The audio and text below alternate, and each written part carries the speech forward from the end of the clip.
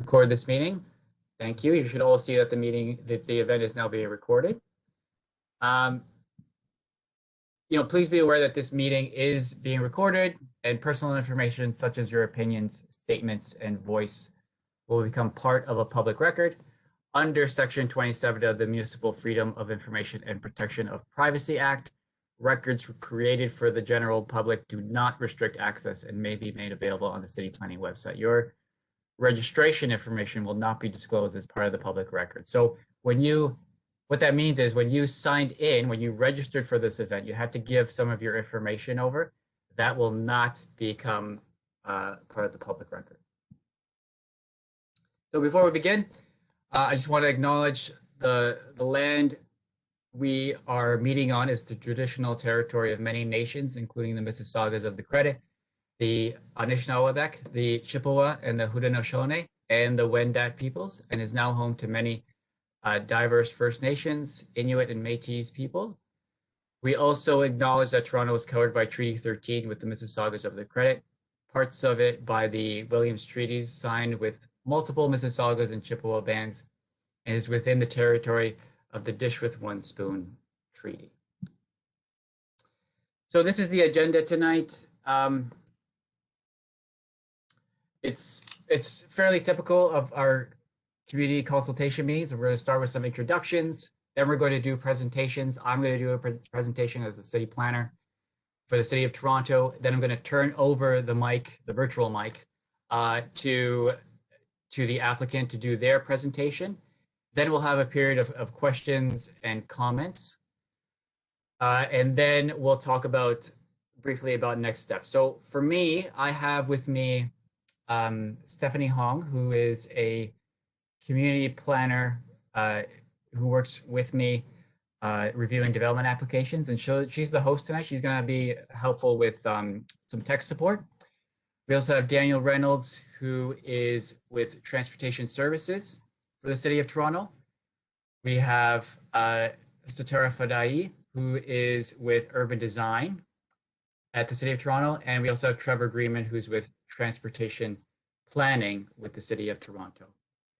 And we also have with us Councillor Bradford, and we also have the applicant. So the applicant, David Hund from Bousfield. When I give the virtual mic over to you for a presentation, I kindly ask that you introduce the other members on your team. And so before we get into the presentation, Councillor, I'd like to invite you to say a couple of words before we start. So go ahead. Thanks very much, George. And hi, everyone. Thanks for joining us tonight. We've got a fantastic turnout for a online virtual meeting. And, to my mind, it's so critical that you're engaged in this process. It's certainly not the same as seeing you all in the basement of Hope United. And at some point we'll get back there, but I'm glad we can get together in some fashion anyways. And I hope you're all staying warm and keeping well and doing okay on your end. It's been interesting as we move to sort of online events and meetings. In some ways, we're actually finding that participation is going up. It's a little bit more accessible for some folks, not all folks. And you're able to join in online. Maybe you're doing dinner or something, helping the kids with the homework, but you're able to tune in, and I think that's really valuable. Now, with respect to this application, 6 Dawes, what we're talking about tonight, I'm not going to go into all of the details because you will hear from our fantastic city planner, George Pentazis, city staff, and the applicant about what they're proposing here. And my job, as I see it, I am here first and foremost to represent our community, our little corner of Toronto, to listen to your feedback and make sure that you are heard as part of this process. I will say off the top, I want to be very clear. The proposal is not where it needs to be. That's my view. I'm going to listen to staff's view. I'm going to listen to your view. But I think there's a long way to go here before this project is in a place that's acceptable to the city and to me, and frankly, to the community. So just to kind of set the tone there, the owners of the site are proposing a tremendous amount of growth and density here. Now they will point out, and I agree, this is a transit node that's articulated and described in our provincial policy. But I'm not seeing an application right now that responds to the challenges that must be addressed in order to unlock that growth. And frankly, that does concern me. So we're here tonight as one part of a process. It's a critical part, but it's one piece. When a planning application is made to any municipality, the municipality has to respond. So sometimes I get questions like, why are you even reviewing this? It's not in keeping with the plan or the zoning. The reason is we are legally required as a municipality to review any application that is submitted, no matter the application. Under the Provincial Planning Act, the city has to evaluate the application and must make a decision. We also have our own set of planning rules and requirements that we have to follow, including our own city policies, which the city uses to evaluate applications. For those of you who have been involved in the Danforth study process over the past number of years, more recently, the main study process, all of this is very familiar to you. But for me, the part that is most critical and matters the most is that community input. I will say that redevelopment on this site and the adjacent sites, this Dawes corridor pocket here, is an exciting opportunity, but it is frankly also a huge responsibility. Development in our community and in Toronto, but this part of the town is a two-way street. And in order to be building here, I've made it very clear that there is an expectation that that applicants are giving back and delivering in terms of community services and the investment and the infrastructure that is needed to support this type of growth in Toronto. This is the first meeting the applicants have had with the community, so it's the first time that we're hearing from them as a community. But we know, if you've been following the AIC, which is the Application Information Center on the city's website, then you know that this application has changed from the first draft submission. And based on the feedback that we hear tonight, there's definitely going to be more changes that are needed as part of this process. You know, to be clear, it is a long process. We're still early in that. And it is a long process. So there's opportunity for this feedback to shape what comes forward. I have already been hearing from many of you on the line tonight. I'm glad to see on the call who are concerned with the height of the proposed buildings. And, you know, similarly to what I have shared with those who have reached out to our office, it's important to reiterate that this application and most other developers in the area, of course, can appeal their applications to the LPAT. The LPAT, Local Planning Appeal Tribunal, formerly the OMB, which folks are familiar with. So, you know, when we're dealing with the potential of an LPAT appeal, it's important for us to remember that, you know, the city works to find a balanced approach with the applicants, with the community, and with our city policies that responds to that application. The province, of course, as you all know, through the growth plan has slated Main and Danforth as a major area for growth, given our proximity to both GO Transit, Main TTC, Danforth GO, and it really is a transit node. And so that's where they're directing the growth in their provincial policy hierarchy.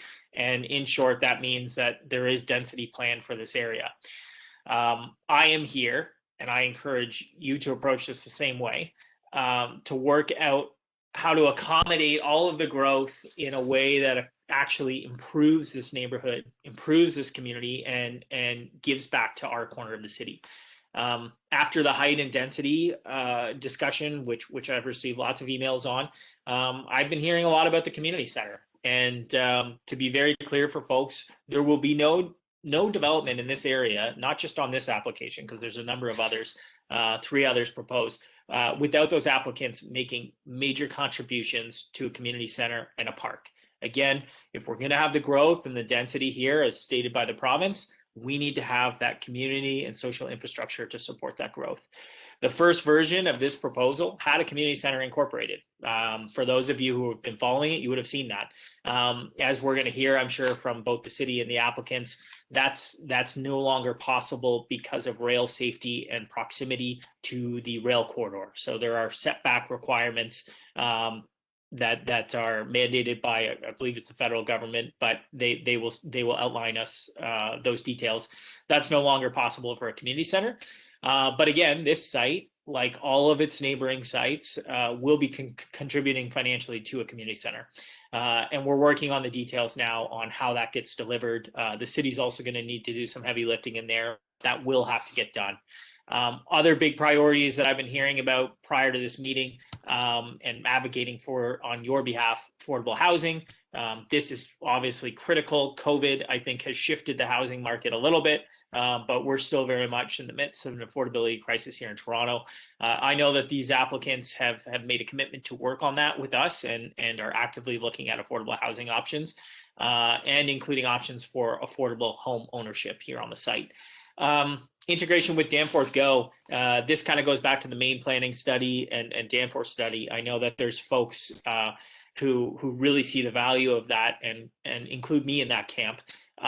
It's really critical that we get this done, and it's really disappointing to see that this application doesn't currently provide for this. Now, that's not entirely on the applicant, to be clear. I'm not going to speak for Metrolinx, but I've been at the virtual table with them from the top of their organization with their CEO, Phil Verster, right down to the real estate staff who are working on this file. It has been frustrating. Frankly, it's been frustrating working with Metrolinx on a number of files in this community, and it's getting harder and harder to find a way forward with them. So that's a separate issue, but we are going to need Metrolinx to get on board to make the station integration piece work, and I am pushing as hard as I can to make that happen. It's disappointing to not see that in the proposal today. And then lastly, the other big piece, of course, is we're looking for this development and all of the sites in the area to improve pedestrian connectivity and safety, to make a contribution to our public realm. We've seen the success of Destination Danforth. One of the pieces of the main planning study that we incorporated, we will be having we will be having applicants go to the design review panel to provide feedback and comments on the architectural merit of the applications in this area. So we're raising the bar, and we expect high caliber, high quality applications coming forward, and that's going to be really important also. So I'm gonna get ready to wrap it up here, but I would like to thank the applicants for setting a positive tone so far and being willing to listen to my feedback and staff's feedback. But most importantly, now it's time to listen to the community's feedback. And I want to challenge them and push them and ask them to do more. And frankly, I think they can. As we move through this planning process, a community expects community contributions of a site to improve. And as we see iteration from application to application, we need to see improvements. On the surface, the changes to the community center and the station integration piece are actually a step backwards. So that's disappointing, but I will put it back to them to walk us through exactly how what they're proposing will not just benefit them, but make a contribution to this community, and how this makes a city building contribution to our corner of Toronto. There is a tremendous amount of growth coming to the East End, and I think that can be a good thing. This is a community that welcomes change and welcomes more investment, but it has to be done in the right way. We do need more growth. We need more housing options. We should welcome the opportunity for new investment. But again, as I said, it's an incredible responsibility. And I suspect many of you are on the line tonight to deliver that feedback to me, to the city staff, and to the applicant. And, I'm here for that. So thanks very much for coming out. I will hand it back over to you, George, and you can take us through it. Thanks, Councillor. So before I get into the planning process and describing how that process works, I just want to say that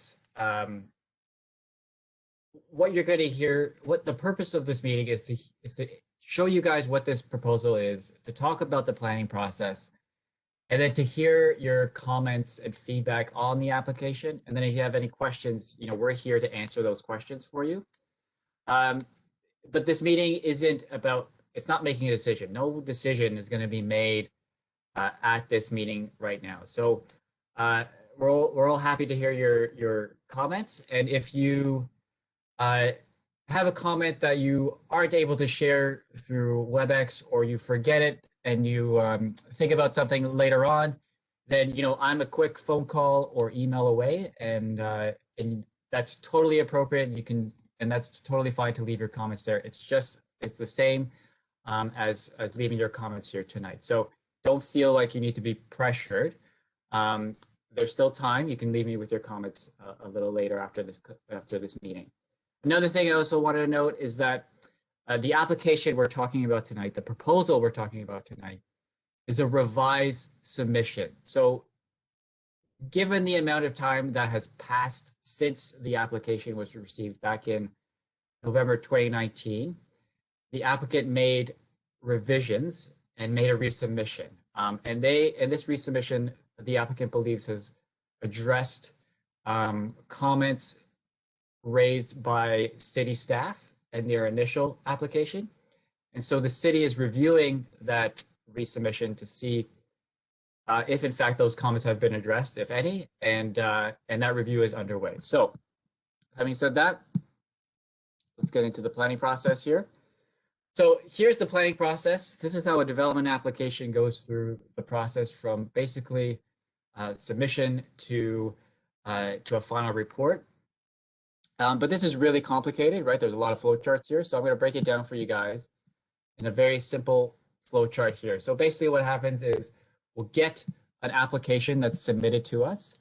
That application will have plans, and it will have studies, such as engineering studies, to back up the proposal.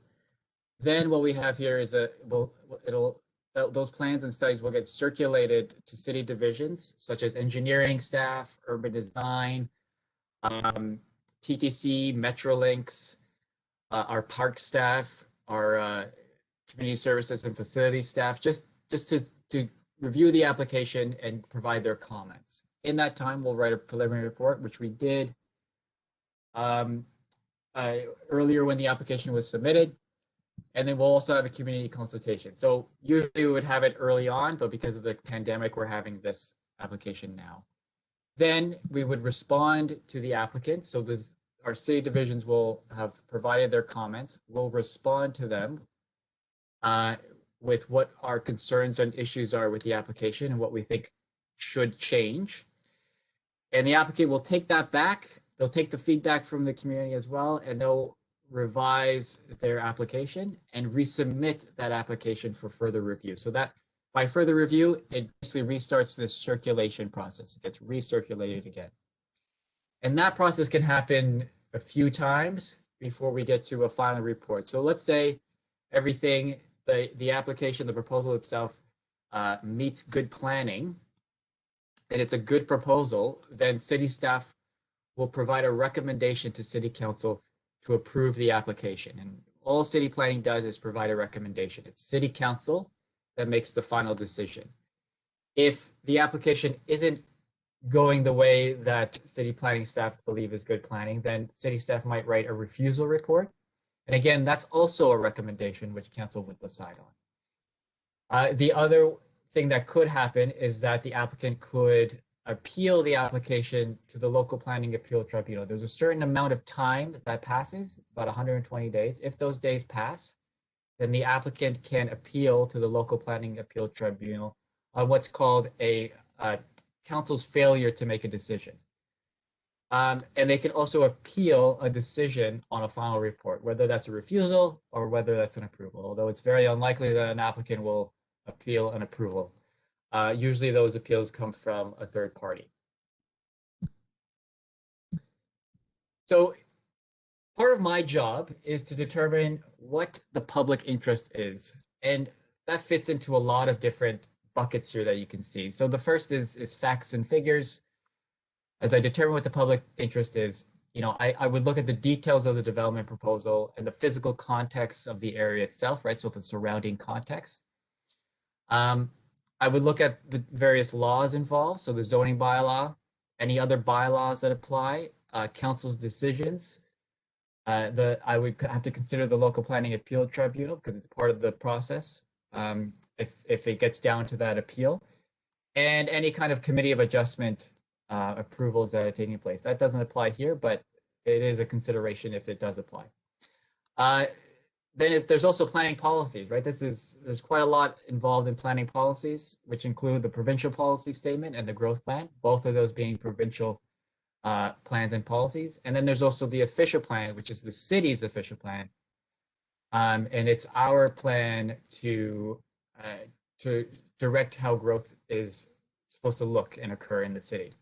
And then finally, there's the people, right? So this is the applicant, city departments and agencies, the local community, right? So you guys and other stakeholders. And so I take all that information, and through that information, I create a recommendation, which I bring forward to City Council to consider when they make their decision. So the key takeaway here is that development applications go through a public review process involving experts in their fields and the community. And all that culminates in a report to council that makes recommendations. So here's a little bit on the site context. It's almost 12,000 square meters. The existing buildings and uses it's a self-storage facility that consists of 14 single-story self-storage warehouse buildings and an ancillary building.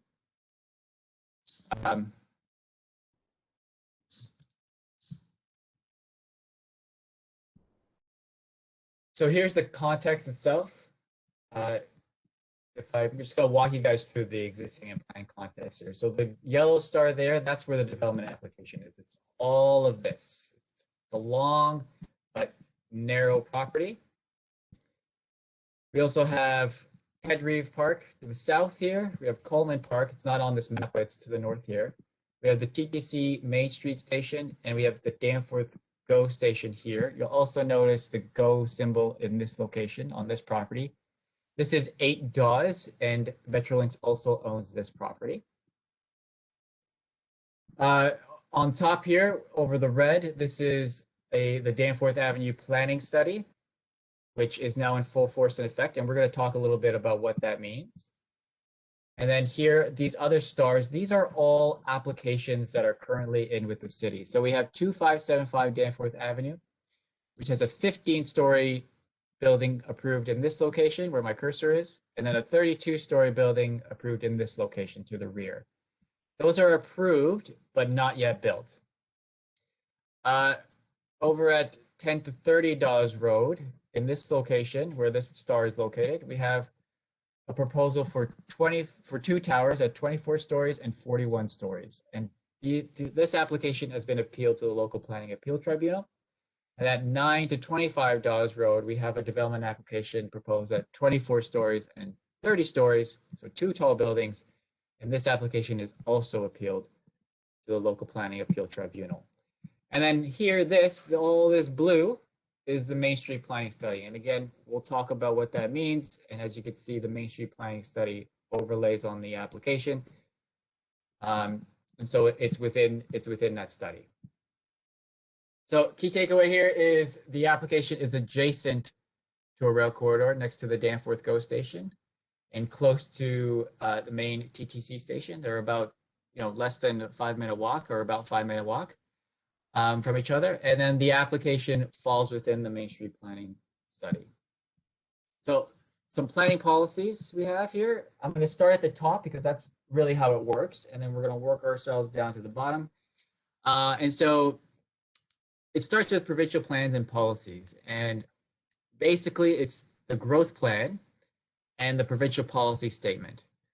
And what these provincial plans do is they set out where and how we should grow. So in terms of where to grow, it's about where this type of intensification should be. So that could occur at urban growth centers, so the downtown, for example, or Scarborough Civic Center, Yonge and Eglinton, those are also considered centers.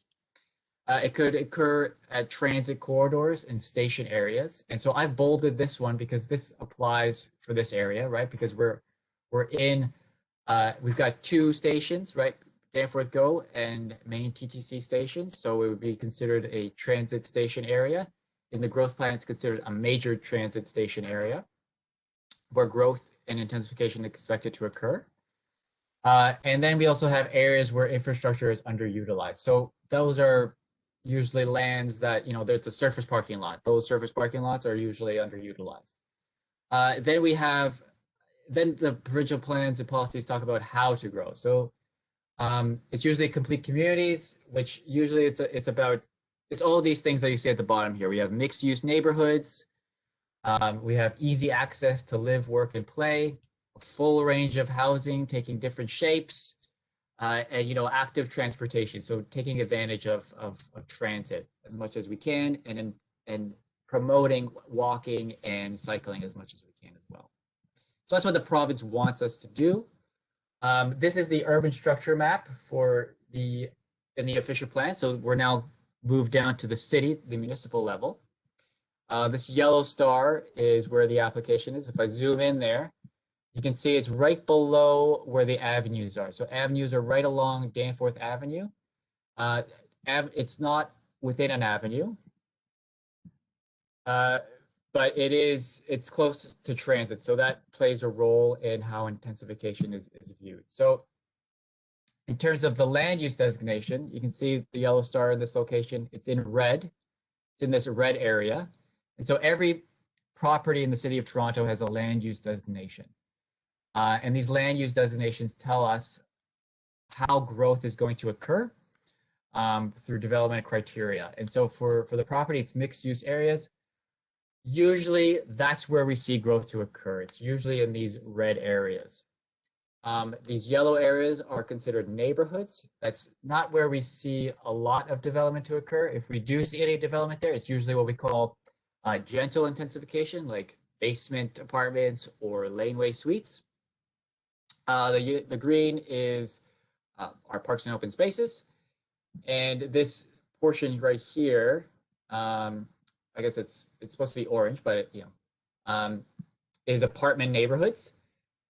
And they're kind of like neighborhoods in the sense that they should be stable, but they're apartment neighborhoods in the sense that they allow more of a taller form than your average neighborhood, which is more low rise, being anywhere from 2 to 4 stories.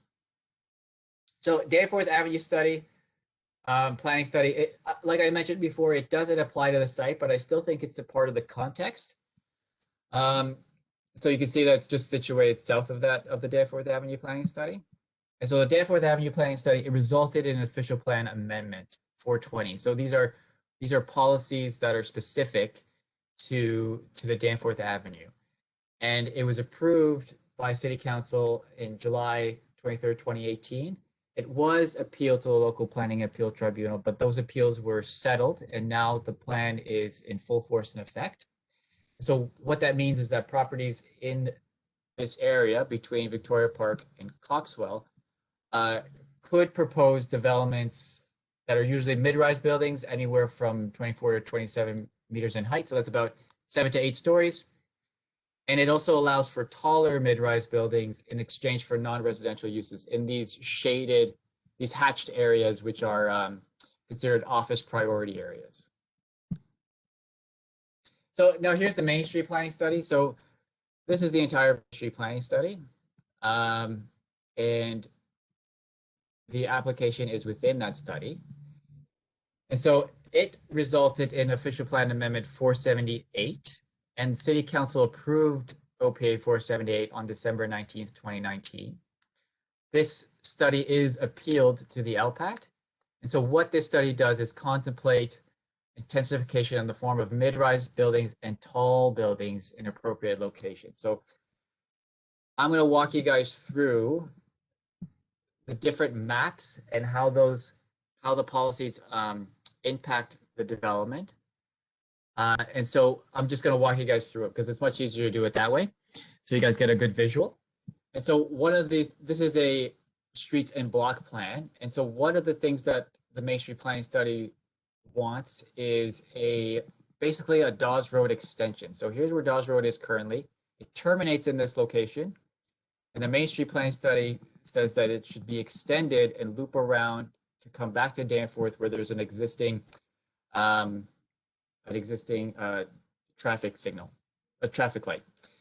And so it would be the expectation from this policy that the applicant for $6 would provide part of this road extension. And then you see these other two sort of streets are private laneways, and those are meant to help with just the functionality of these sites so that they can move much better.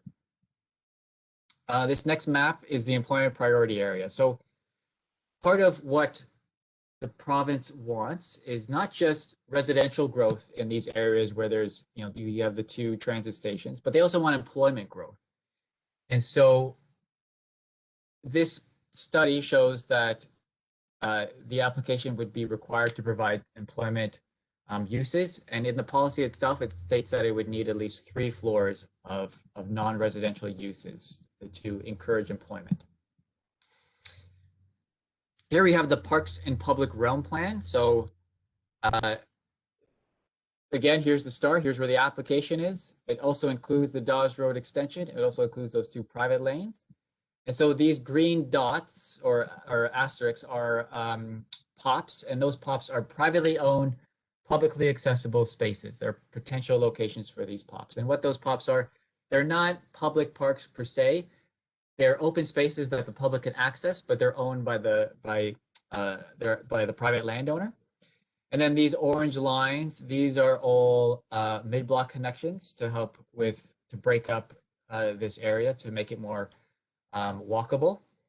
And then these diamond shapes here are potential locations for public parks. So in this location, we have one public park, which could be in this location to the south, or in this location facing Danforth Avenue. It's one or the other. It's not both. And then we also have another park in this location, which has already begun through I don't know if anyone's familiar with this development application, but it's 286 to 294 Main Street. It's already begun with that application in the sense that this application provided part of a park, and it's the intention that we would extend this park through the fullness of time.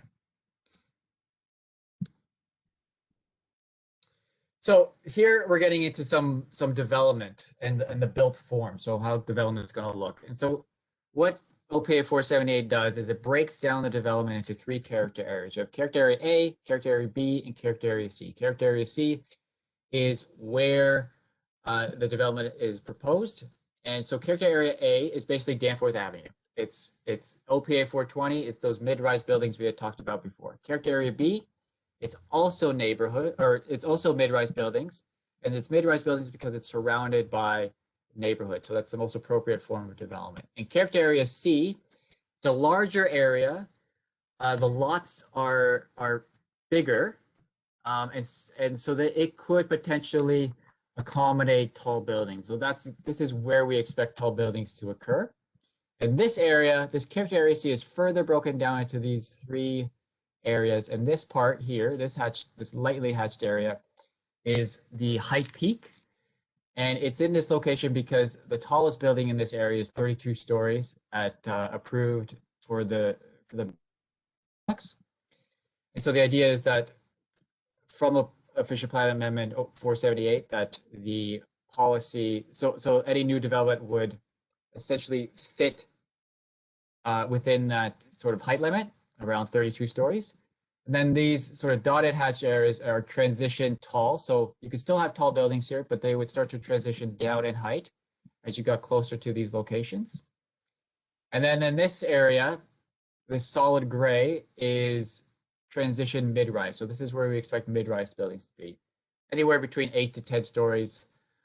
And as you can see, the star is here. So the application falls both within the high peak and within the mid-rise transition.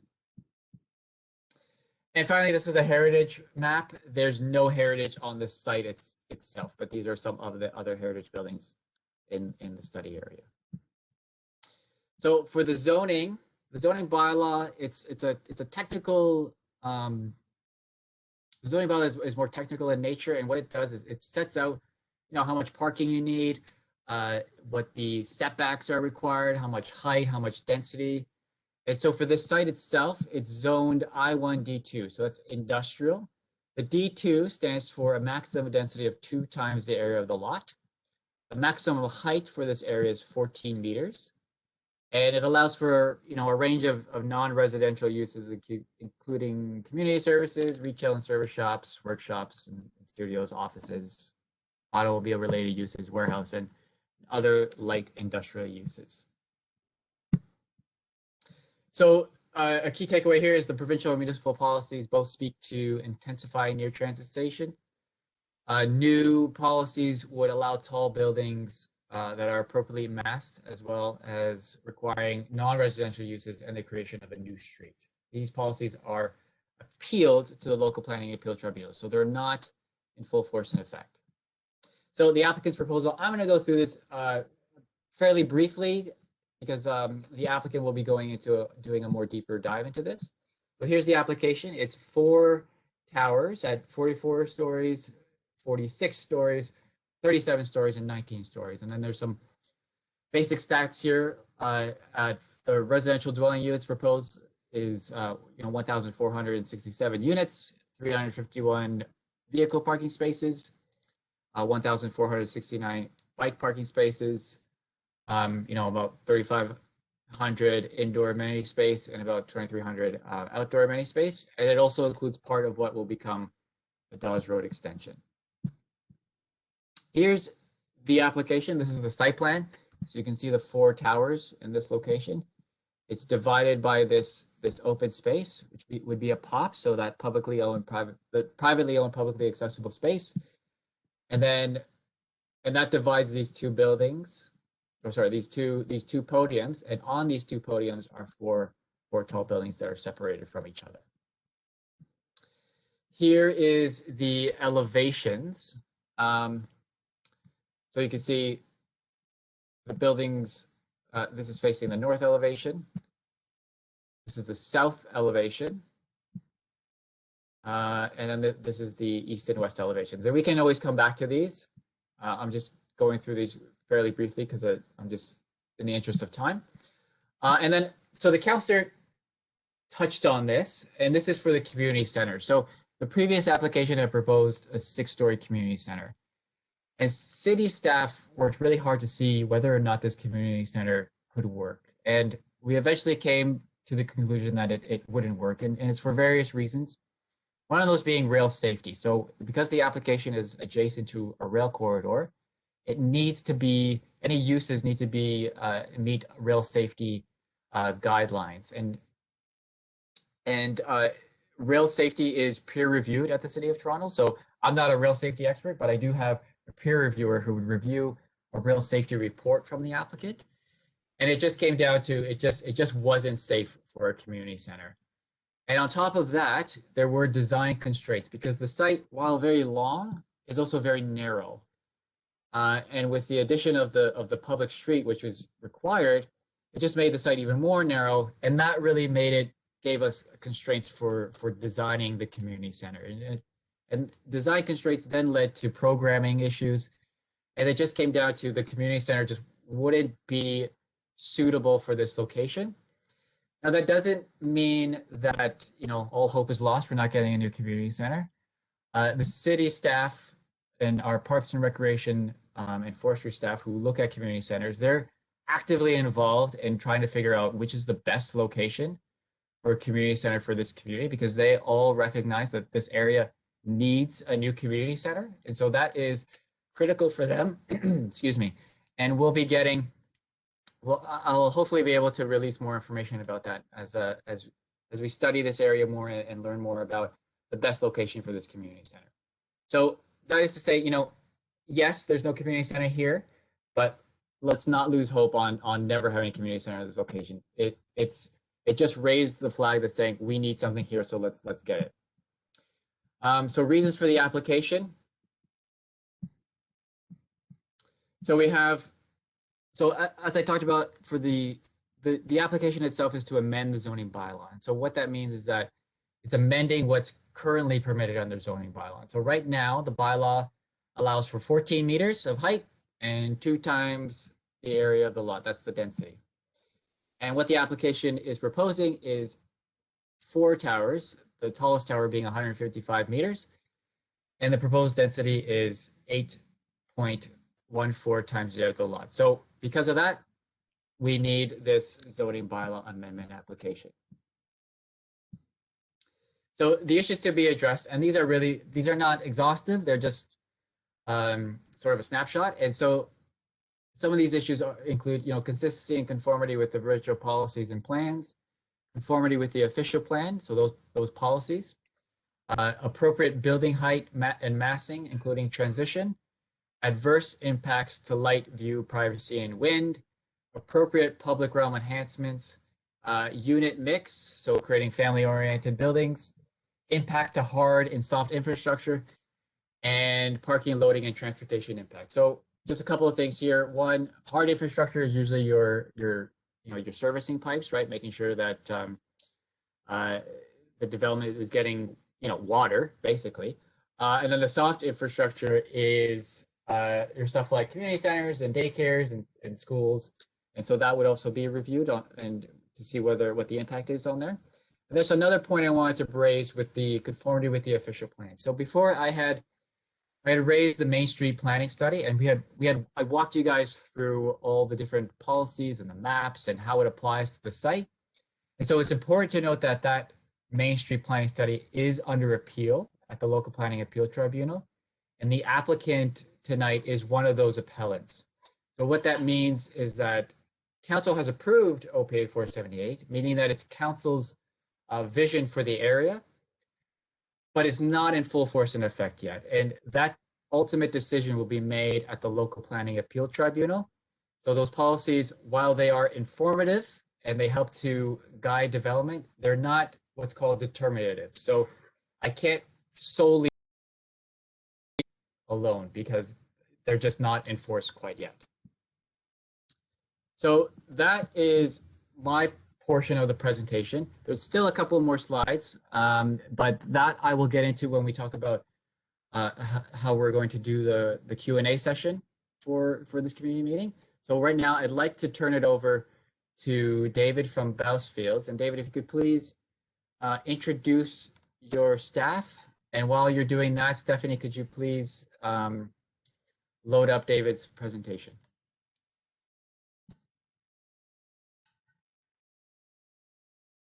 Evening, everyone. I'm just going to wait for the presentation slides to pop up.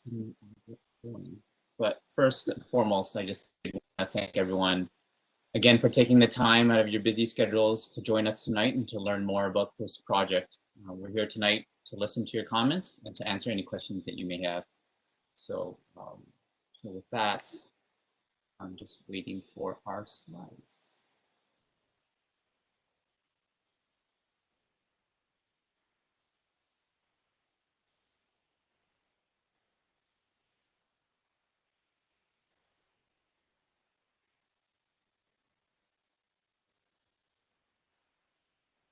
David, do you Yes. see your slides? I do not. Just give me 1 second here. There it is. Okay. Does everyone see that? Okay. So as George alluded to, I just wanted to quickly introduce the members of our team, starting with the applicants themselves, the owners of the site, which is Stephen from Slate Asset Management and Hillary from Carlisle Communities. They are here to listen to you tonight and to answer any questions that you may have. Part of the consulting team here that is here to present and to listen to you and to answer any questions is myself, David Hun. I am a planning consultant and a partner at Bousfields Inc., as well as Sammy from PED Quadrangle, who is the lead architect on the project. Sammy and I will be doing the presentation, and also in attendance tonight is Ken Chan from Lee Consulting, our transportation consultant, here to answer any questions that you may have as relates to traffic.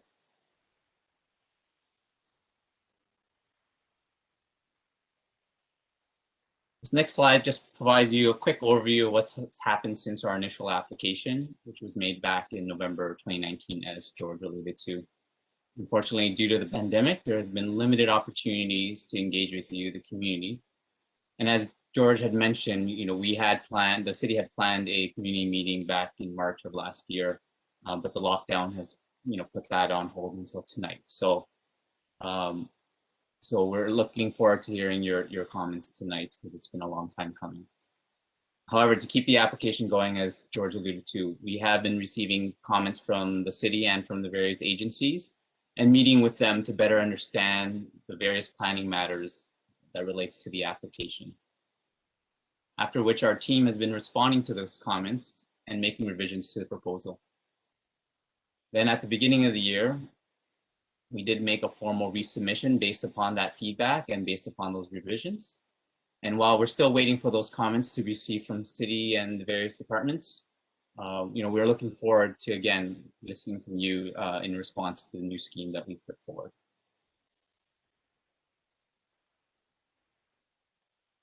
As many of you already know, this area is transit rich with several modes of transit services offered to you. Between GO Transit right next to the site and TTC subway, streetcar, and bus service, there are many ways to get around. This is the main reason why the province and the city have identified this as a growth area.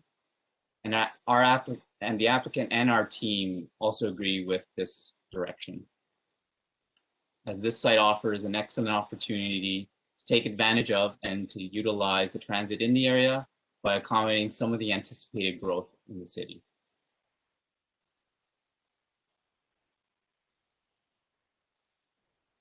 I'm going to just quickly go through this slide just because George has done a fabulous job of just outlining the context.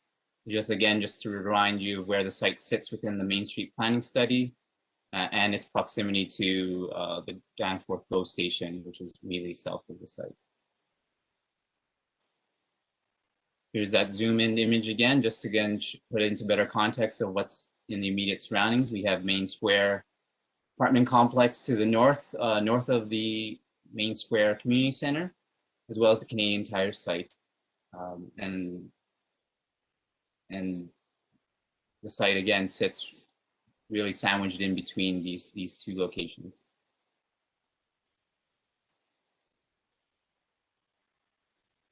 Here's some photos of the site. On the left side is the existing condition at the south end of Dawes Road, while the image on the right is taken from the bridge along Main Street. As you can see, given the vision of the Main Street planning study as a transit-oriented community, the site, which is right at the Danforth GO station, is underutilized with 14 single-story storage buildings that are currently on site. The site is not only ideally located in proximity to transit, but with the rail corridor to the south, Main Street to the west, and Danforth well to the north, this site is well positioned to accommodate height and density to support the existing transit services.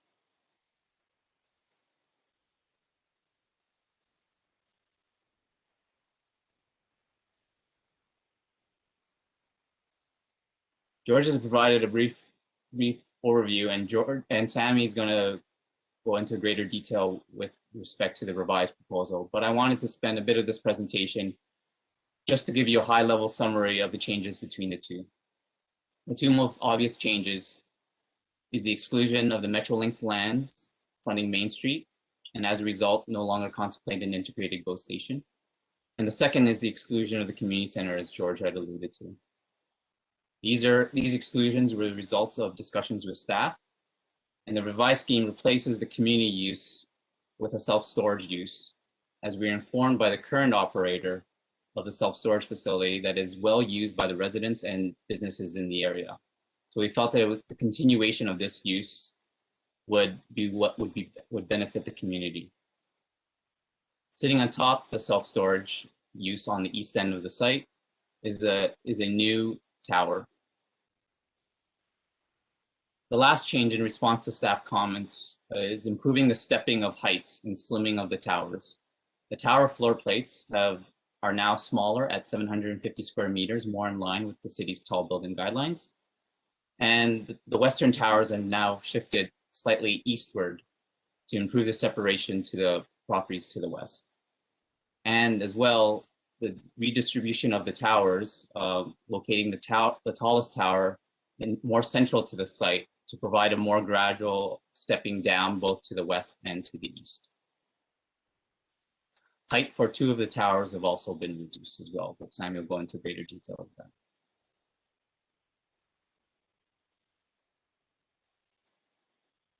Before I hand it over to Sammy to go through those details, I wanted to leave you with the vision and principles that guide our design team in the rethinking of this proposal. This vision is very much in line with the vision and objectives set out in the city's Main Street planning study. where we envision the site to help support the creation of a transit supportive community. Our goal is to provide more housing and more housing options for Torontonians, provide more people access to transit, create new spaces for the new and existing residents to enjoy, and finally to improve connectivity through the area for pedestrians, cyclists, and drivers. If you remember the Main Street planning study maps George showed earlier, Sammy will show you how this proposal provides for many of the community infrastructure elements envisioned by the study, such as a new road and sidewalk to improve connections, and a privately owned, publicly accessible open space to enhance the open spaces in the area. And with that, I'll hand it over to Sammy to expand on how these principles are applied to the new proposal. Thank you. Great, thank you, David. Can you hear me okay? Okay, so I'll start with an overall description of our proposal, and then we'll walk through the design in a little bit more detail. Our proposal envisions two development parcels, an east block and a west block, with an east-west road connection. That's the line that you can see in blue. That provides access from Dawes Road, which is on the right hand to the east, to our development, and it also connects to a future north-south road that you saw that George spoke about that was envisioned in the Main Street planning study. And that's the north-south dotted blue line that you see over there. We're proposing, as mentioned, 4 residential towers. They sit on 2 podium buildings containing a mix of uses. And at the center of our site in green, you can see where it says POPs, which again, similar to what George mentioned, it stands for privately owned, publicly accessible space. Next slide.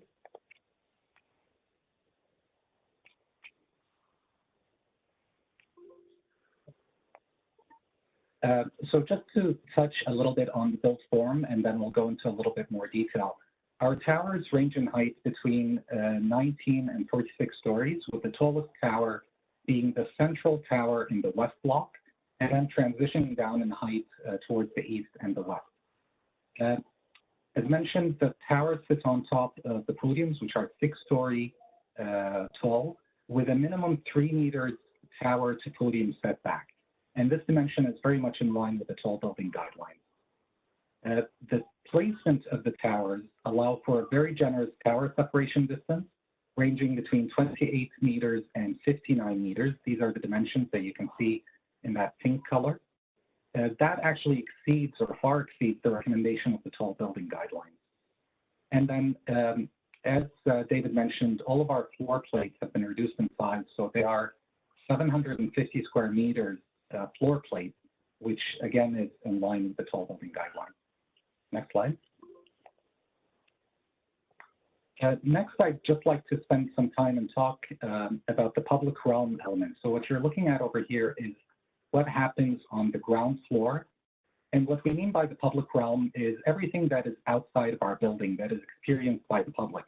So everything to do with the roads, the sidewalks, the landscape elements, open spaces, as well as what does the building look like from the exterior? What is the architectural expression of the building?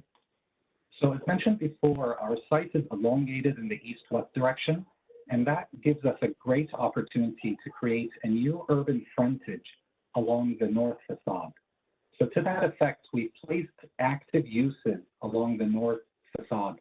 And what we mean by active uses is things like lobbies and amenity spaces, everything that has activity within it.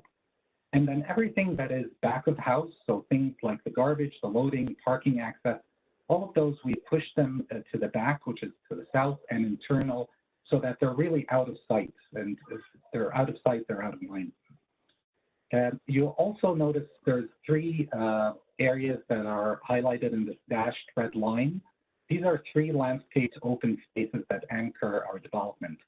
Starting from the right-hand side, we've got the East Plaza, which is actually at a view terminus from Dawes Road looking south. That's that dashed line in the light blue color.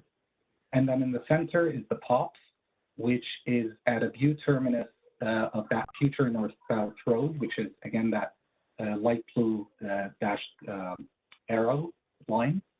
And then on the west you'll see there's an amenity terrace at the western edge of our site, which you'll see a little bit more. David, next slide. So I thought we'll walk you through our development, starting with the east. So we'll start with the east block, move our way through the POPs, the middle portion, and then the west block. So we'll start with the east. Next slide. This is a close-up of that eastern plaza at the eastern edge of our site. On the left-hand side is a floor plan, and on the right-hand side is a series of precedent images. We are proposing a half-size basketball court, seating areas, as well as children's play area with multicolored play surfaces, with a lot of these geometries that you can see for the landscape elements taking their inspiration from the geometry of the rail tracks that historically used to extend through this area north to connect to a steam-powered mill just north of our site. Next slide. So this is that same area. So this is a view from Dawes Road, so from the end of the existing Dawes Road, and we're looking southwest, and to the west you can see that new extension of Dawes. You can see our building. It's a six-story podium with residential units facing north, which is on the right-hand side, and east towards us. And in terms of the building design, we're looking at incorporating a warm-colored metal panel with extruded profile across the podium facade. And then above that podium, you can see the towers set back. As mentioned, there are minimum 3-meter setback between podium and towers. And in key locations like this corner over here, it's actually 9-meter setback between podium to tower. Next slide. So we're still in the east block. This is another view looking south. So we're looking at the north facade. You can see in the podium over here, the left-hand side is showing these residential units that are facing north. And then on the right-hand side, if you can notice that the articulation of the facade changes a little bit, that's where the storage facility is located. We've continued the same general architectural expression for both programs to help unify the visual appearance of the building, but with some small differences in the pattern, as well as the glass in the storage facility is more translucent glass. And then the upper floor on the right-hand side that you can see as podium is where the residential amenity is. Next slide.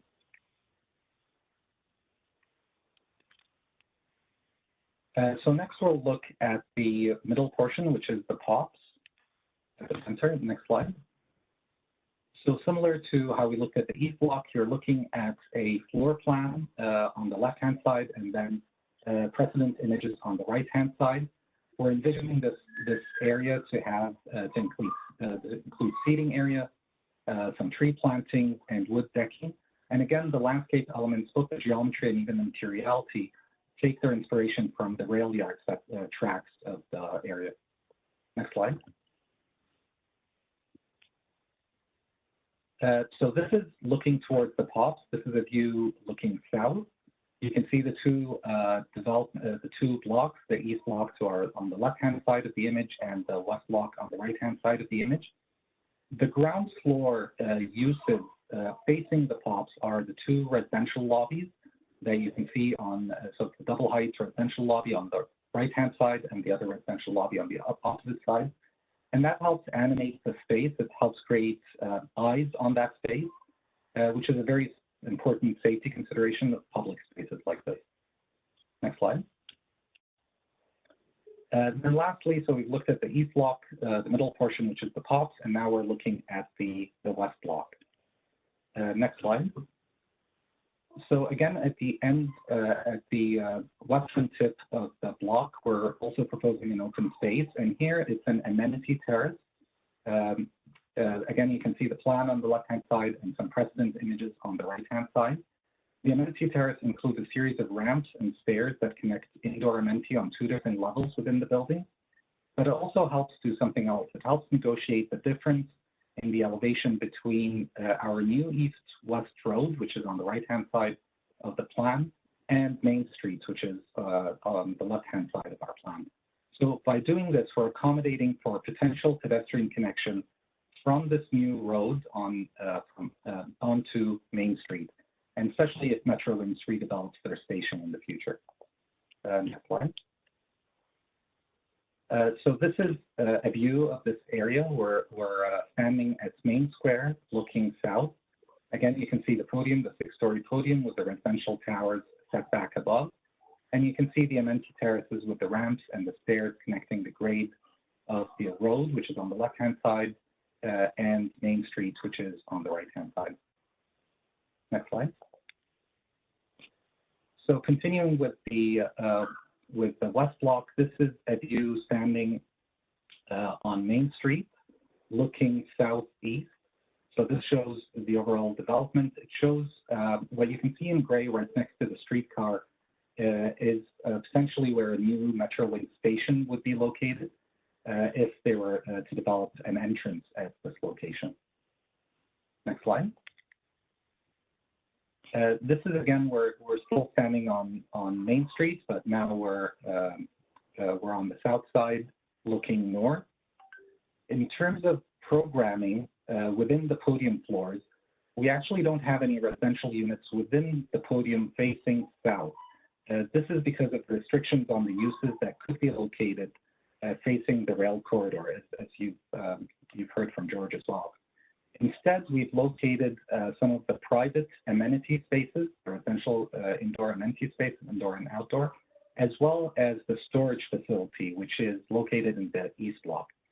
Additionally, we've located the parking and above-grade parking also facing south over here.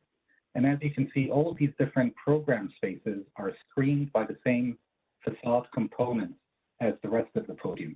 This helps unify the visual appearance of the development while still adding some variation in the pattern and proportions to create some visual interest. Next slide. So I think the next slide is actually the last one. This is just a project summary and an overall view showing the entire development. This is again much further to the south, looking north, and you can see some of the overall statistics which George went over. So I think we can leave it at this. Thank you. Thanks, Sammy and David. I just want to leave it with this presentation because I think there's a lot of different images and plans and whatnot that if we need to go back to, we can use it. So there's a couple of things. So now we're going to enter into the Q&A session, and we've got about 50 minutes. This meeting ends at about 8:30, so it's 7:40 now. And so how can you participate? There's really two ways you can do it. One is by typing out a question in the Q&A, which some of you are already doing, which is great. The other way of doing it is vocally. So we would just unmute your mic. And how that works is if you go down to the bottom right-hand side, you'll see participants. And if you open that up, you'll see a small raise hand function. So if you raise your hand, if you click that button, that will show up for us, the panelists, and then we'll be able to, well, first of all, we'll say your name, and then you'll know, that will prompt you to ask your question, because we'll also unmute you. And you'll ask your question, we'll answer it, and then we'll unmute you, and then you can lower your hand, because none of us can disable that raise hand function. So if you need to, if you've asked your question, please lower your hand afterwards, just by clicking that raise hand function again. And so there's a couple of questions I'm already seeing here.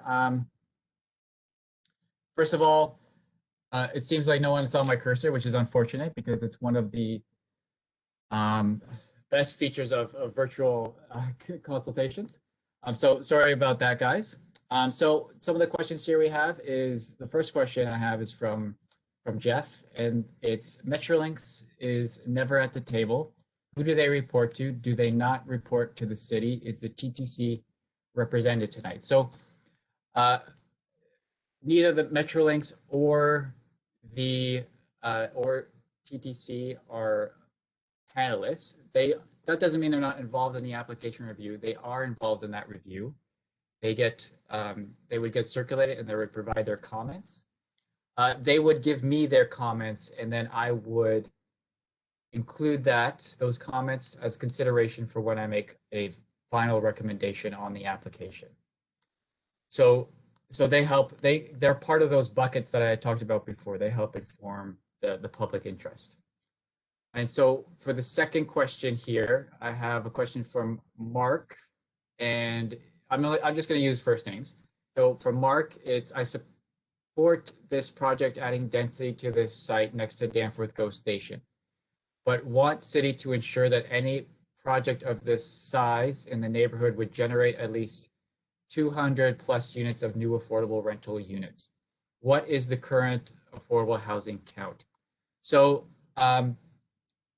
so David, are you able to answer whether or not there's any affordable housing units for this application?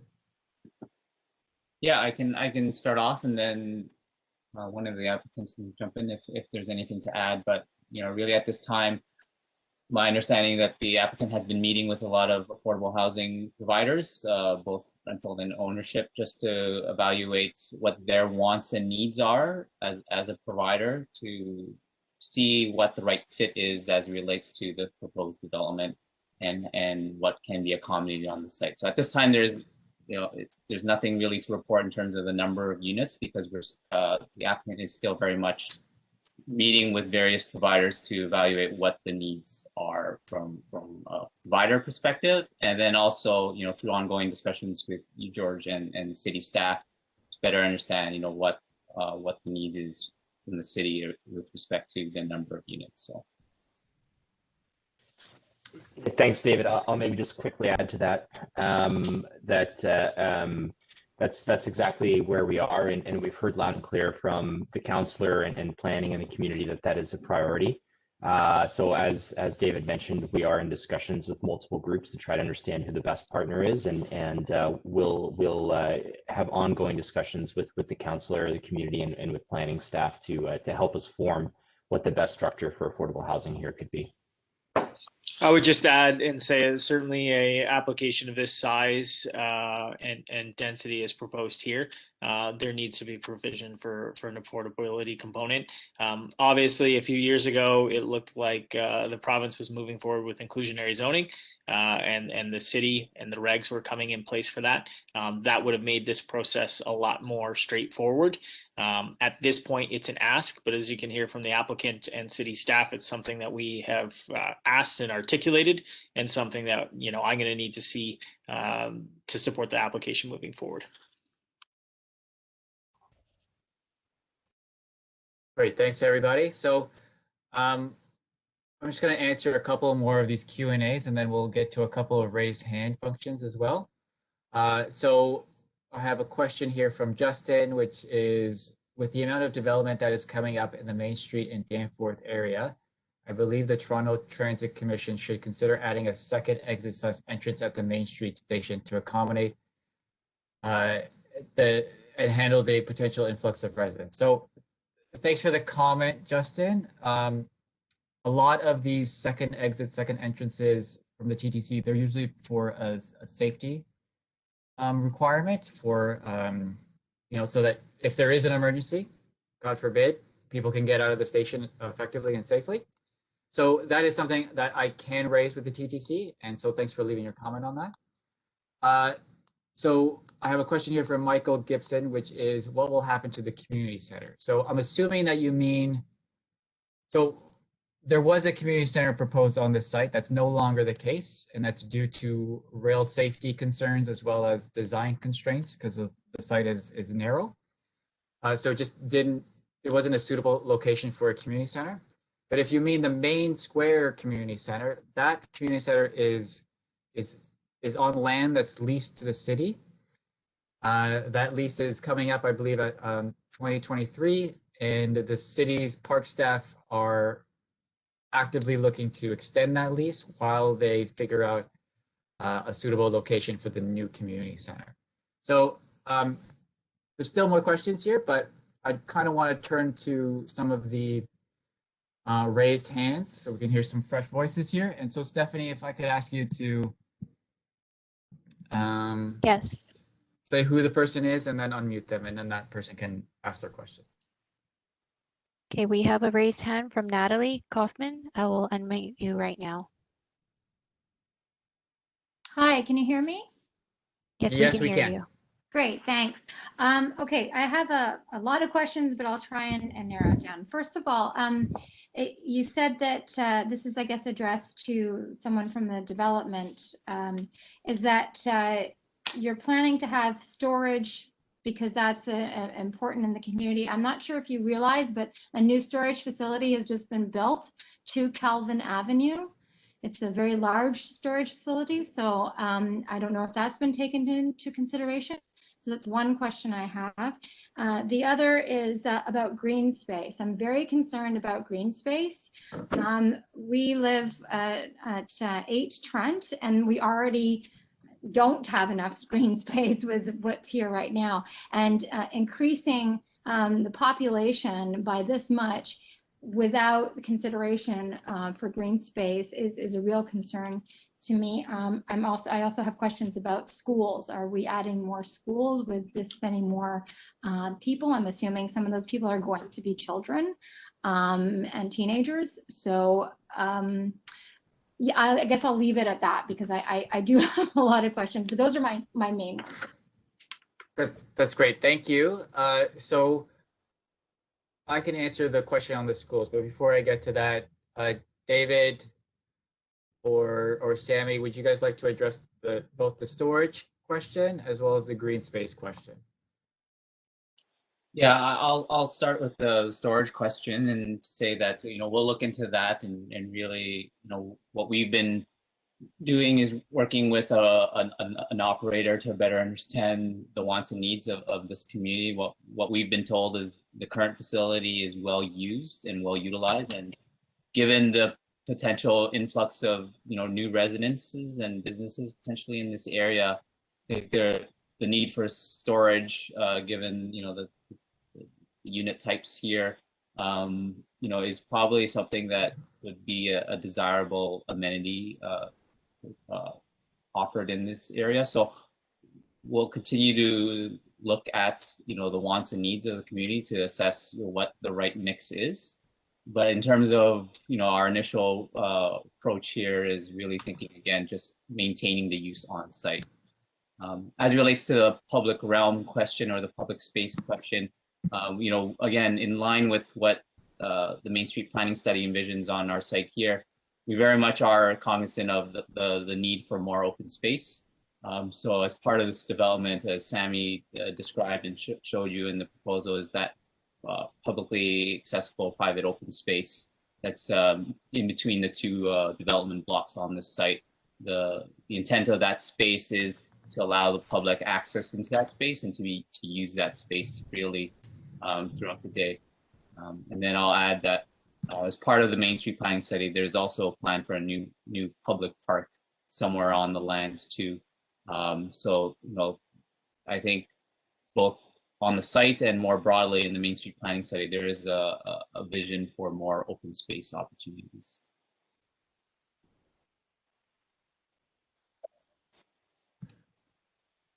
George, you want to talk about schools, or I would just jump in. I think that the storage piece is interesting. I personally wouldn't describe existing storage and storage as an amenity for a private development. That's when I think of amenity, I think of park space. I think of things that are giving back to the community, not like another business. I wouldn't use the word amenity, although I'm not opposed to storage. I don't know if the community is crying for more storage in the same way they are parks and schools and other things. What I would say is when we go back to the main planning study, the component that's largely under appeal for a lot of folks is that non-residential component. And the idea behind that when we went through the study, and certainly the community was very clear, we want to create an active site where we're bringing employment and job opportunities to this particular area. So it's not just a bedroom community with everybody going downtown. Obviously, things have shifted a little bit around COVID, but I think in the long term, we're still very committed to the idea of having opportunities for employment and jobs, institutional uses. So that would be something more active than storage. And as the resident pointed out, the 2 Kelvin site there, we have storage there as well. So with respect to the schools, George will speak to that. Expansion of Secord is desperately needed. A lot of folks on the line here know that.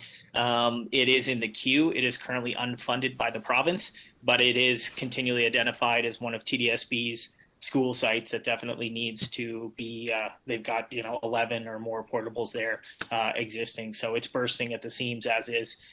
George, you might have a more specific answer on the school piece, and I can throw it to you. So for schools, thanks, Counselor. So for schools, the TDSB is circulated on these applications. So they review the application as well. And what they do is they will take that application, they'll see the number of residential units, and they'll determine, what's going to be the demand on their schools. And they'll take that demand and they'll use it for their service planning in the future. So that's what they use to essentially make a case to the province to say, look, we need more schools, help us with the funding.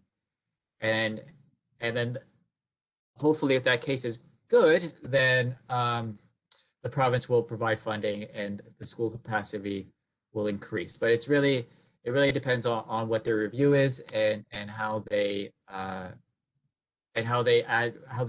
incorporate that review within their service planning. So the short answer is it's reviewed and it's part of their service planning, and then that service planning is used to expand schools, and that process occurs across the city. So thank you for that question. Stephanie, do we have any other raised hands? Yes, we have a few. Justin Ha, I will unmute you now. Hello, my name is Justin Ha, and I'm a resident of this area. Like the question before, I also do have questions about the green space, because like especially during COVID now, like I go exercise and stuff like that. I go to different areas to exercise because I don't find any suitable like places around this area that is good for like an exercise. So yeah, like the previous question said, any green space. And for the GO station, I hear that the new plan is gonna eliminate that as so what is that? What is the new plan with the GO station? So those are my questions. David, can you please answer Justin on both the green space as well as the Metrolinx station?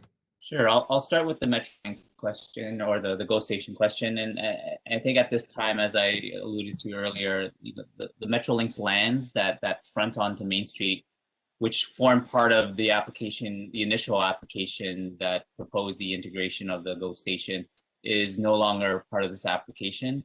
And as a result, what the plans are for, the future expansion or redesign of that station is now in the hands of Metrolinx.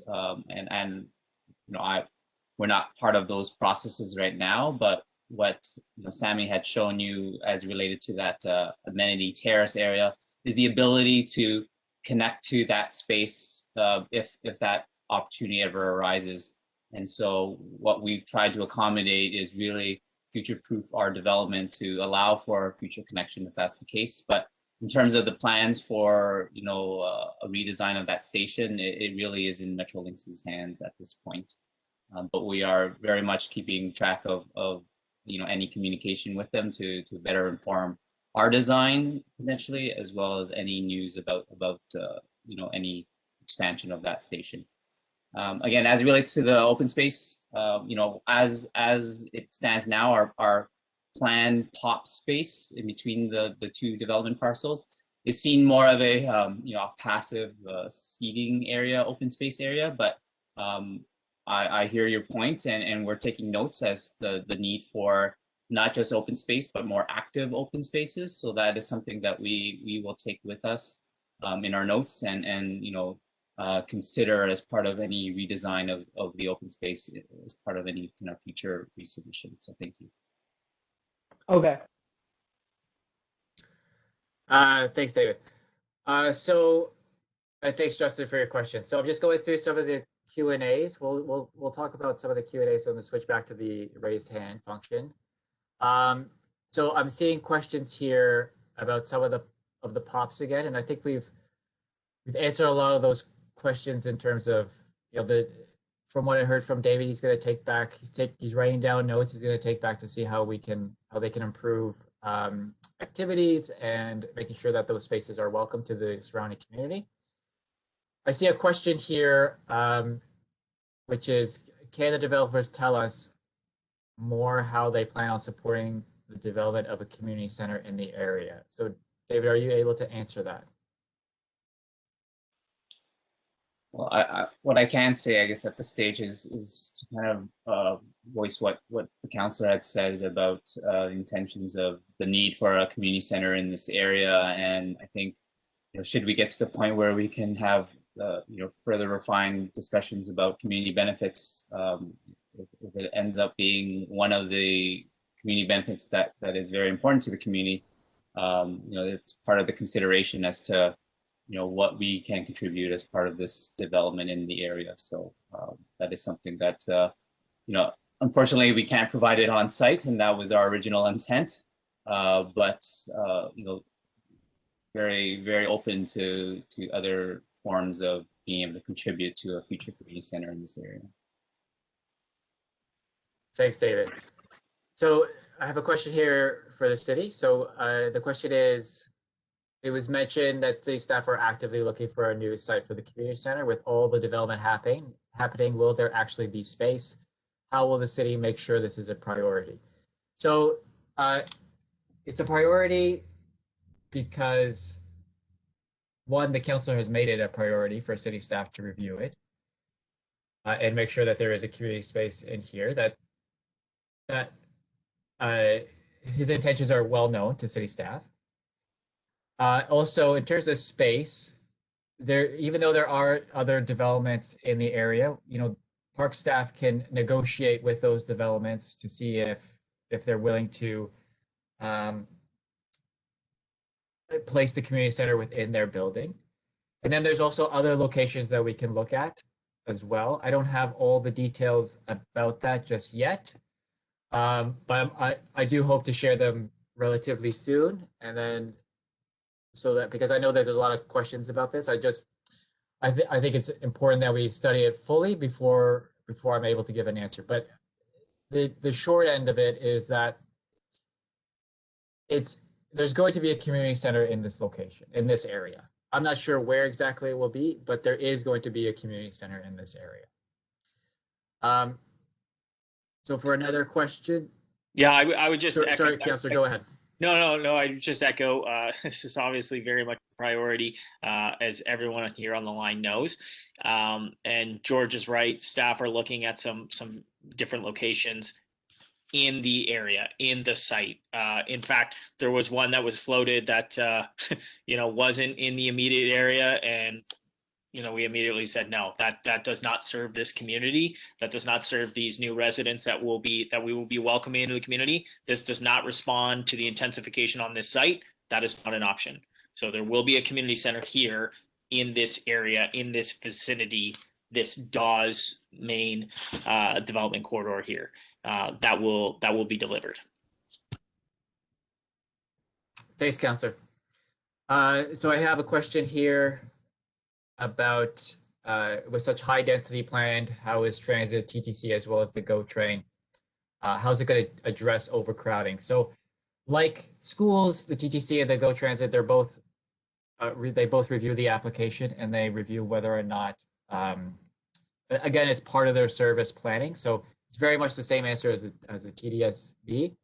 They take what the impact of all of this intensification will be, and they incorporate it in how they're going to service the TTC. So their future servicing plans to improve the TTC, that could happen in various ways, whether that be having more trains or having the trains develop in such a way that they stop and go very, very quickly. So you have less waiting time between the trains that come and go.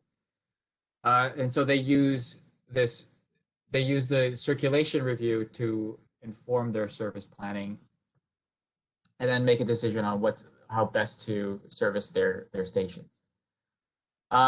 There are some comments I see about worry about lack of sunlight. And so the application is required to submit a shadow study. Those shadow studies are reviewed by city staff.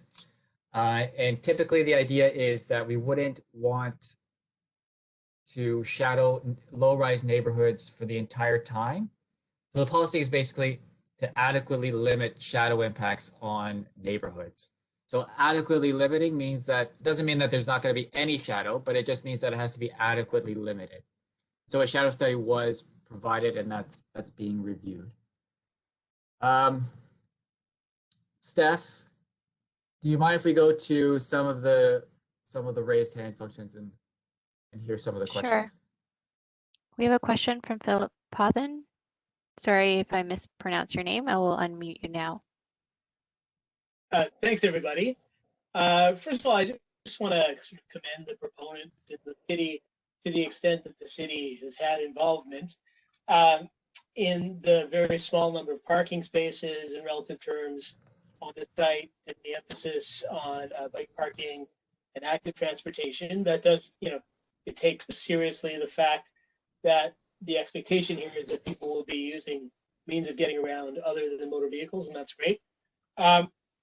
But loath as I am to kind of, put the brakes on it all, I was wondering if any thought had been taken to really requiring that education infrastructure, and in particular schools, be provided before this is approved.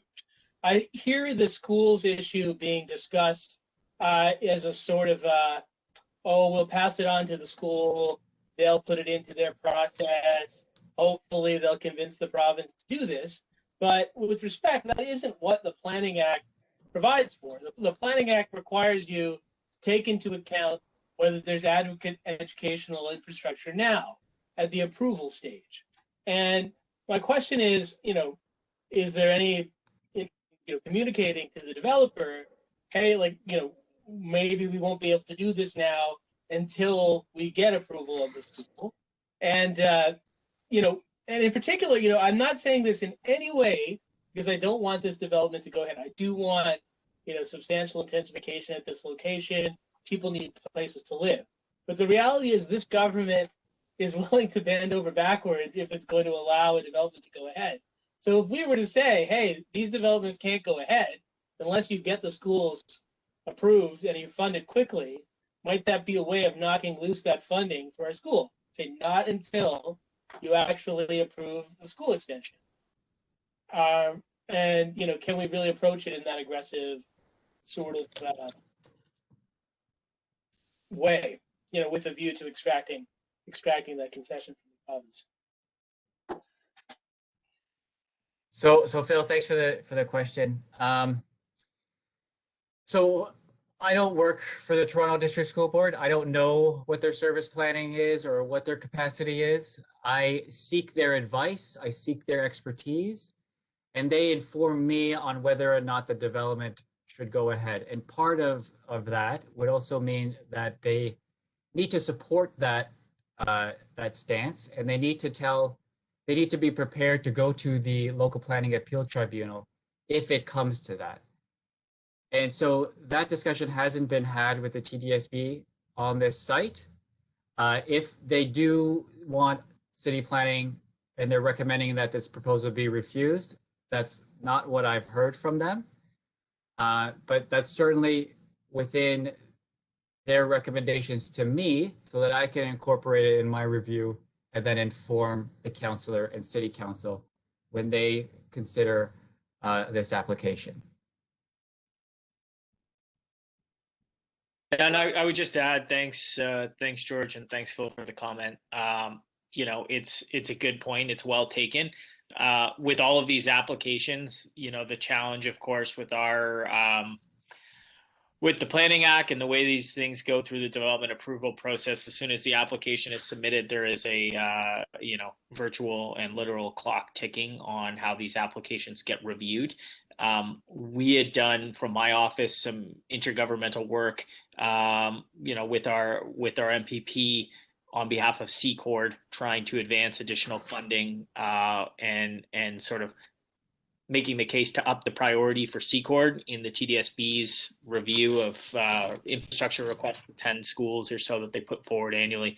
Obviously, Secord was not successful in securing that funding. But kind of as George said, I agree with the idea and the principle. I'm not sure how to land it with respect to the ticking clock on all of these applications, which then if a decision has not been rendered, then ultimately triggers the appeal process. But I appreciate the comment for sure. So Stephanie, if we can have another question that's from a raised hand, and then we'll switch back to the Q&A. Sure, we have a question from R. Wolford. I will unmute you now. Thank you, Stephanie. And thank you to city staff and to the councillor and to the developer for providing a very informative presentation. I've got a couple specific questions. One relates to the design, so perhaps this is for David. I'll lay out the questions and then you can decide who answers them. I note from the drawings that the south exposure from the current grade to the podium base doesn't show the exterior treatment being extended down to the grade, and so we get sort of a very utilitarian looking concrete face. I'm just wondering if any consideration was made to changing that. I presume that the development will conform with the city's green roof bylaw, and I wanted to know specifically if plans have been made to incorporate urban agricultural space on the podium roof. My next question pertains to the breakdown of the residential units. I'm interested to know how, and this might be for George, how the proposal, based on obviously the current heights of the towers, how does this mesh with best-in-class development in other cities to accommodate growing families? I note with some concern that there are only 30% of the units are greater than either studio or single bedroom. So effectively, you end up with a situation, dual income, no kids, and then when they have kids, they got to move out. Where are they going to move? That's good for me, but may not be good for other people. So given the pressure it'll put on the housing market. I also note with interest that priority is being placed on providing storage space for stuff. And I'm just wondering if any consideration had been made or had been given to perhaps utilizing that space for maker space or artist studios, things that will improve the general appeal of the neighborhood and make it far more diverse than it currently is. And I wear a hat. I'm a community appointee to the board of Ted Reeve Community Arena, and I'm just curious if what the anticipated impact will be on the East Toronto Athletic Field and the arena facilities, given the increased densification of the area. The elephant in the room, of course, is the 268 or 238 Main across the street, and then also the other Dawes Road developments. There's going to be significant influx of people. So I'll say you can unmute me now, Stephanie, and I look forward to your responses. Thanks. Great, thanks for the questions. I'm just going to answer a couple of the ones that were more city related. So in terms of the number of 2 and 3 bedroom units and how to have a family oriented building. So the city has what's called growing up guidelines for vertical communities, and in those guidelines it has a minimum of 10% of the units should be 3 bedroom and 15% of them should be 2 bedroom. I believe, and David or Sammy can correct me if I'm wrong, I believe that the application is meeting those minimum standards. Now, as part of the OPA 478, we actually bumped up the number of 2 bedrooms to provide to be 25%, so it's a little bit more. In terms of the impact on the park and the arena, so the Ted Reeves Park and Arena. So again, that's going to be part of the review, and our community services staff will review that impact and will let me know what that impact is. But I hear you on, your concern is on what that impact is going to be, not just for this development, but for the cumulative impact of all the developments in the area. And just so that you guys know, we don't just review applications in a vacuum. We would consider the fact that there's all these other applications occurring as well. So with that, there was 3 other questions. One was on design, another one was on green roof, and the last one was on non-res space about, let's change that that storage space into like a maker space or artist studio. So David or Sammy, take it away. Sure. I'll start with the non-res question, and then I'll direct the 2 other questions to Sammy. But with respect to the comment about non-res, the challenge here about the site, and it stems back to the comments about the community center, to be quite frank, is the proximity of the site, i.e. directly against the rail corridor, and that poses a lot of challenges as to the types of non-residential uses, or the types of uses for that matter, that are allowed within that close proximity to the rail corridor. So what ultimately is acceptable in terms of the types of uses is what we call non-sensitive uses that are located within this close to the rail corridor. So as a result, there is a very limited list to pick from, and really ultimately the best type of non-res here, and it is probably no surprise as to why 2 Calvin, for example, is proposing self-storage on that site, is that their self-storage is by all accounts a use that is acceptable given how close it is to the rail corridor. So hopefully that answers your question. And I'll defer any other questions, Sammy, to you as it relates to those 2 design questions. Sure. Hopefully I'll cover all the questions. I think the first one was about the wall facing south, facing the rail corridor, which you described as just a concrete wall, which we are showing it that way. That's actually what is usually referred to as a crash wall. Parts of the rail corridor safety measures is to have a concrete wall of a certain strength and certain thickness at a certain height facing the rail corridor. So that's what you're seeing over here. It doesn't, of course, necessarily have to be the way we are showing it in terms of surface treatment. So I appreciate your question in terms of further refining the design of that element. It's definitely something we can look at. I think the second question was about green roofs, and I think you even mentioned urban agriculture. We haven't looked at specifically urban agriculture. They usually do require much more space. But in terms of green roofs, we do need to be compliant with the City of Toronto's green roof bylaw, which we are in our application. And the majority of the roof spaces at the podiums are actually used for outdoor amenity for the use of the residents, and the areas that are not, there's a percentage of them that have to be a green roof. And I think, was there another question? Sorry, that wasn't covered here. I think the last one was about unit mix, which George mentioned. We do meet the growing up guidelines. You can see, I think the slide is still there. You can see that 10% of our unit mix are 3-bedroom units and 20% are 2-bedroom units. So a total of 30% are larger units that are more tailored towards families, or could be tailored towards families.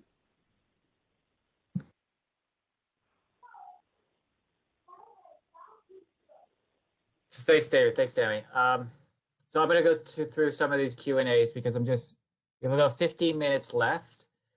So if I don't get to everybody's questions, what you can do is you can email me these questions or email me your comments, and then we can, and I can address them by email as well or by a phone call. So some questions here. Some of them are repeats, but some of them have to do with sort of the planning for the area. One question here that I think is pretty easy to tick off is are these apartments or condos? So David, can you answer that? Yeah, I think at this time we're contemplating a mix of condo and rental, but at this stage, it is very much preliminary and typically market driven. But I think part of that discussion as well is the affordable housing piece that Stephen had alluded to earlier. So we see a mix of tenures here on the site, but ultimately, we're very much early on in the rezoning stage of things, of which, as we further evolve the proposal and the application process, we'll have a more definitive mix of the between condo and rental. But the idea is, the intent is to provide a mix. Thanks, David. So there's some questions about the provincial plans and the idea of, the provincial plans and policies require minimum densities. And in this area that are close to major transit stations, there's this idea of a protected major transit station area, which is essentially an area where growth is to occur, but it should meet the requirements of the minimum density requirements in the growth plan, which is about 200 people and jobs per hectare, around 500 to 800 meters for the GTC, and 150 square meters, or 150 people and jobs per hectare around like the Danforth GO station. And so that work for MTSAs, PMTSAs, that hasn't happened yet. That hasn't finished yet. It's not due to the province until about, I think, July 2022. So that review is still underway. So it's hard for me to say at this time when or what impact a PMTSA could have on this proposal, because I just don't know yet, because the study is still underway with policy staff, and it's not due until essentially next year. Some other questions I'm seeing here have to do with the LPAT appeal. So someone raised that there's an LPAT appeal for the Main Street planning study. And yes, the applicant is an appellant to that appeal. So they've appealed the Main Street planning study. So in general terms, what it means is that the applicant doesn't agree with the policies of OPA 478. And so because those policies are appealed, they'll have to be decided at the LPAT. But the applicant has submitted this application. They actually submitted it before OPA 478 was approved. So the application technically predates OPA 478.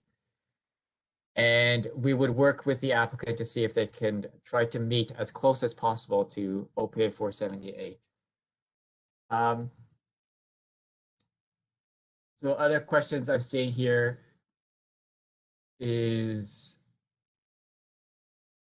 so I'm seeing just a couple of quick ones that I can just knock off pretty quickly. So can you clarify the status of other two proposals on Dawes Road? So the other two proposals, they're 10 to 30 Dawes Road and 9 to 25 Dawes Road.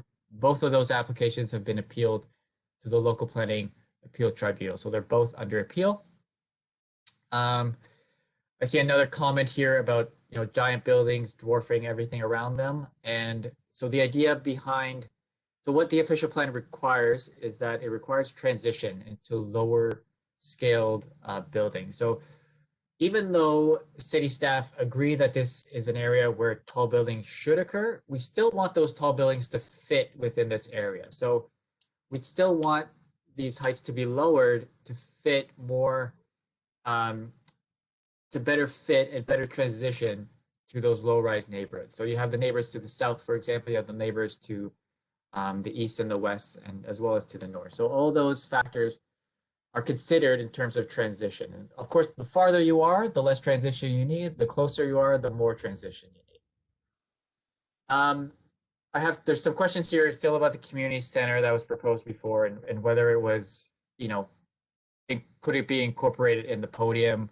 Could the storage space that's there now, could it be a community rec center? So again, the community center just won't work for this area for this site because of the rail safety guidelines as well as the design constraints. So it's too narrow to really effectively program the space. And we would also want that community center to be as close to the ground floor as possible so that it has more of a street presence, because it would be a public facility. So I see a couple of other questions here. One of them being, will there be a designated space for pets, like a dog park? David or Sammy, could you answer that?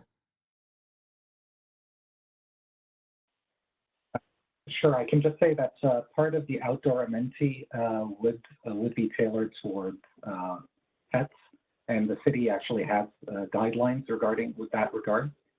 So that's definitely something we will be looking at once we start looking at the programming of the outdoor amenity spaces. Thanks, Sammy. I have another question here about what year can we expect these towers to be fully built. So first of all, there's no approval yet, so that's still up in the air. So until there's an approval, there's really no way of determining that. So we have about 8 minutes left. I'd like to go through, maybe try to do one or two of the raise hand questions. So Stephanie, if you could go to the next raise hand question, that'd be great. We have a question from Frank Mara. Frank, I will unmute you now. Hello, can you hear me? We can hear you. Wonderful, thank you. Great presentation by all. Thank you for that. I've learned quite a bit more tonight than I had originally taken from the proposal. My questions are broad. Concerning the Main Street study, I noticed in one of the presentation panels that it seems to overlap with the Danforth study. Do I have that correct or not? Is there an interplay between them? Yes, that's correct. So both, they do overlap each other, and OPA 478 refers back to OPA 420, that's the Danforth study, where the policies apply to Danforth. Okay, wonderful.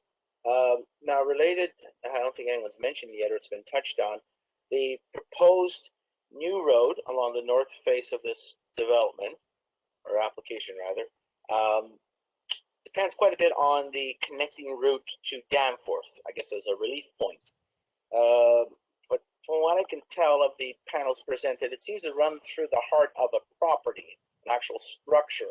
What are the likelihoods or chances of that connecting road actually being met in the future? Would it depend on the city expropriating property, for example, to make it happen?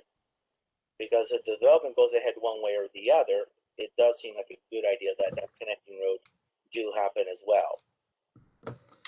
So for the streets themselves, what makes it really complicated is that there's various landowners within this character area C of the Main Street Planning Study. And there are basically 3 landowners that would be contributing to the creation of that road. And so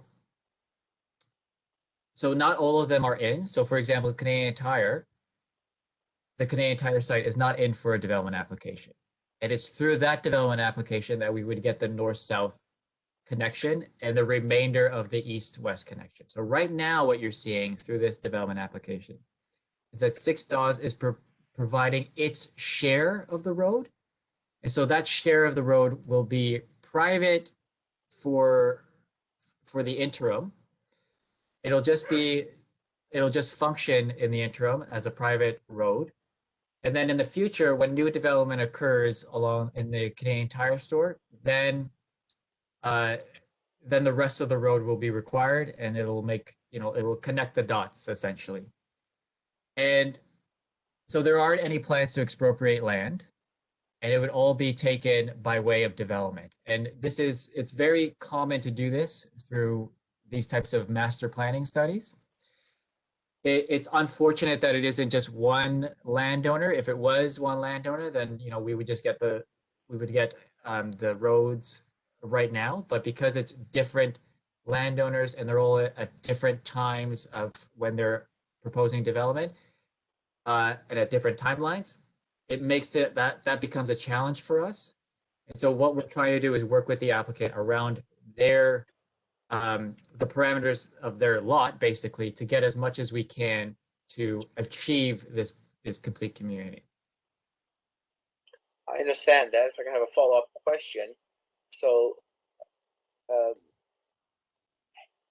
does present the problem. I think you understand that if this thing is dense as it is proposed, that road, even if it's new, could be easily overwhelmed and become a choke point and a frustration to everybody who wishes to use it. So, I mean, how certain, other than future development applications, is the city to acquire this land? I mean, anyone could appeal, even that such a contribution, for example. So, for starters, if the applicant isn't able to meet its transportation demand, and that would get reviewed by a transportation service engineer with the City of Toronto. If they don't meet that, then it doesn't work, and the planning will need to be addressed, right? So they would need to have to make revisions to make the transportation impact and the way cars move through the site work for the site. So that is something that the applicant is taking on, and they believe that through this development application, they're doing that. And then again, through redevelopment, we would get the other pieces of the road.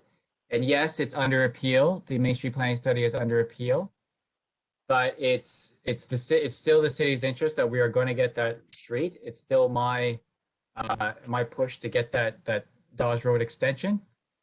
And so we'll be pushing that as much as we can. And I think that it would make sense. I think that the LPAT would agree that it makes sense, because it unlocks the potential for this area to have that intensification that the province is looking for. So there's a very good argument for why we need the road.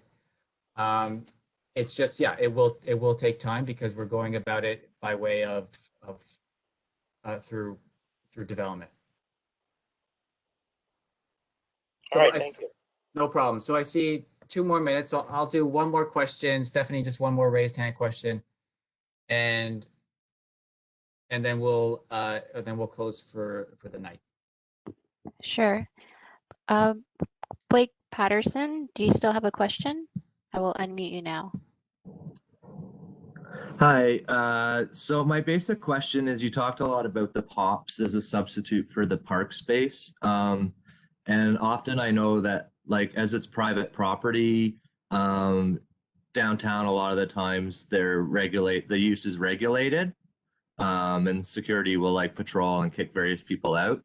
So, and then I looked at like the spacing, and it's only like 729 square meters, which isn't very big. And then I guess the other thing is, with the mock-up in the design, there's a lot of concrete.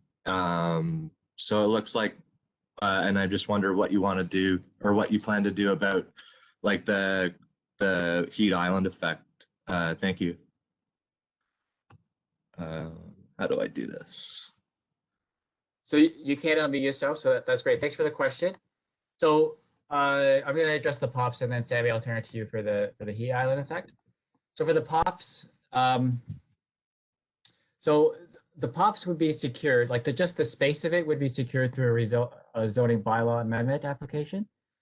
But all those things you're talking about in terms of like making it public, that would also be secured through what's called a Section 37 agreement, as well as a site plan agreement. And it's through those agreements that we would say, you've got to keep this safe, and you've got to maintain it, and you've got to keep it open 24/7. So there's no locking it from the public. It's not a private amenity. It needs to be open to the public, 24 hours a day, 7 days a week for the rest of the year. So, so that's how it gets secured, and we would seek to do that if the POPs if the development is approved and includes the POPs. So with that, Sammy, can you please answer the question on the heat island, the urban heat island effect? Yeah, I mean, it's an excellent question, and the Toronto Green Standards, which is the Toronto bylaw that actually stipulates a number of measures, has a requirement for green roofs, and it was enacted specifically to reduce the heat island effect, and that's something that we have to be compliant with. It's not really an option. And that really includes things not just the softscaping. Obviously, when you have softscaping, which is landscape elements, planting, that does improve it, but it's also in the treatment of the hardscaping as well. So even where you see paving, there are ways of reducing the heat island effect, even when you're not actually adding plant. I hope that helps. Thanks, Sammy. So we're just over 8:30, and I just want to talk about a couple of next steps. So the next steps would be this presentation is all recorded, and it will be available probably through the councilor's website. So we'll try to get that up as soon as we can, probably the next week or two. Your comments and questions are also recorded. If I didn't get to any questions, I apologize for that, given the time here. But feel free to email me, and we can talk about it by email or phone call. My email is on the notice that you guys would have received. It's also available online. It's essentially my first name, period, last name @toronto.ca.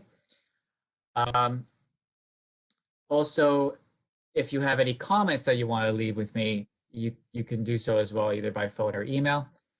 And so we'll continue to review this application. That review isn't done, and we'll work with the applicant to see if we can, try to get to good planning.